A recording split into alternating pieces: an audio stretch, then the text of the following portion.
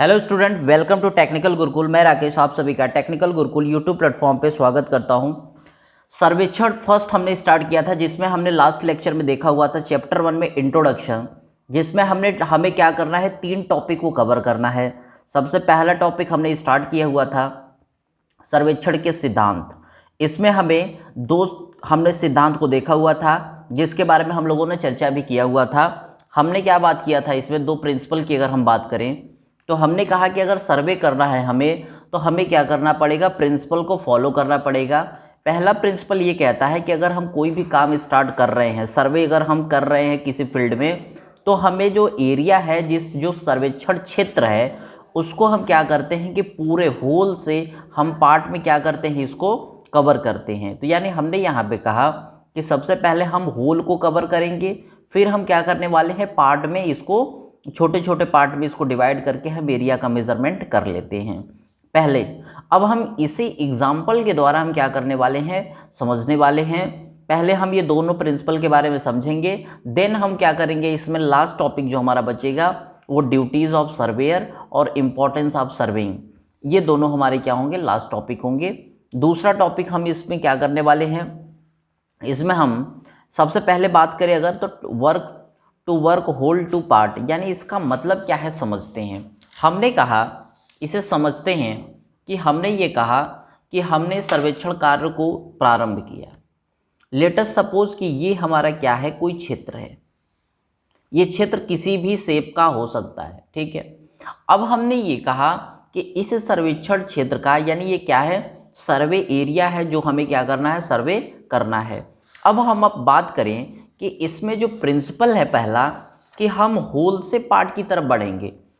अगर इसका उल्टा कर दें तो क्या होगा, अगर हम पार्ट से होल की तरफ करेंगे तो क्या होगा, ये समझते हैं सबसे पहले, फिर हम बात करेंगे होल टू पार्ट।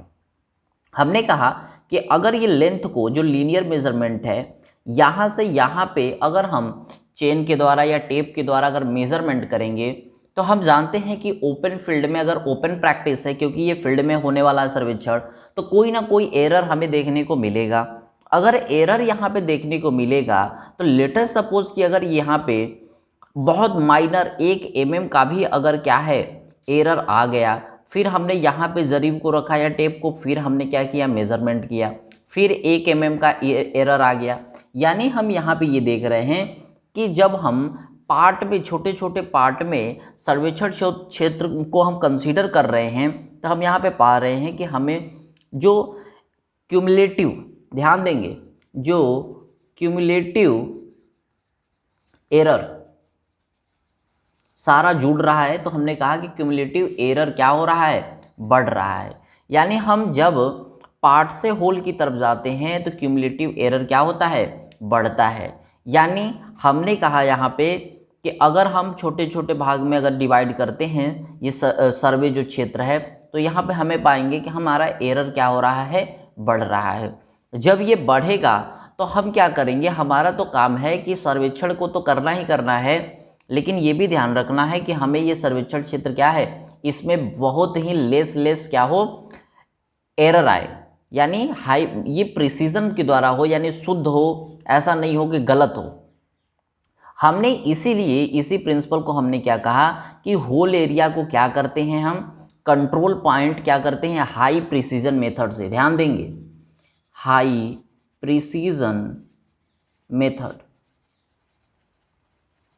हमने कहा कि हाई प्रिसीजन मेथड से हम क्या करते हैं, कंट्रोल पॉइंट इस्टेब्लिश कर लेते हैं क्षेत्रफल में अलग अलग जगह पे।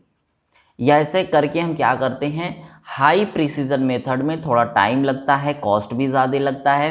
तो हमने कहा कि एक बार पूरे क्षेत्रफल में जो हमारा सर्वेक्षण एरिया है, उसमें हमने क्या किया कि हाई प्रिसीजन मेथड से हमने कंट्रोल पॉइंट को इस्टेब्लिश किया, और यहाँ से हम क्या करते हैं, फिर बाद में, क्योंकि अब यहाँ से यहाँ के डिस्टेंस में कोई मेजरमेंट एरर नहीं आएगी, अब हमने क्या कहा कि इसे फिर छोटे छोटे लेस प्रिसीजन मेथड कह लें, या यहाँ पे हम क्या करते हैं कि इस कंट्रोल पॉइंट से टेप के द्वारा हम लीनियर मेजरमेंट लेके एरिया को क्या करते हैं, छोटे छोटे भाग में डिवाइड कर लेते हैं।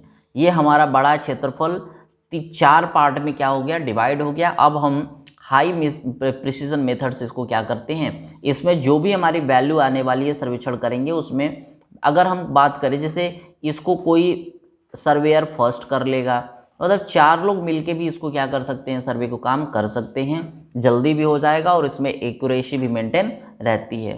तो यही फ़ायदा होता है कि to work whole to part में क्या होता है, क्यूमुलेटिव जो एरर होता है वो रिड्यूस हो जाता है।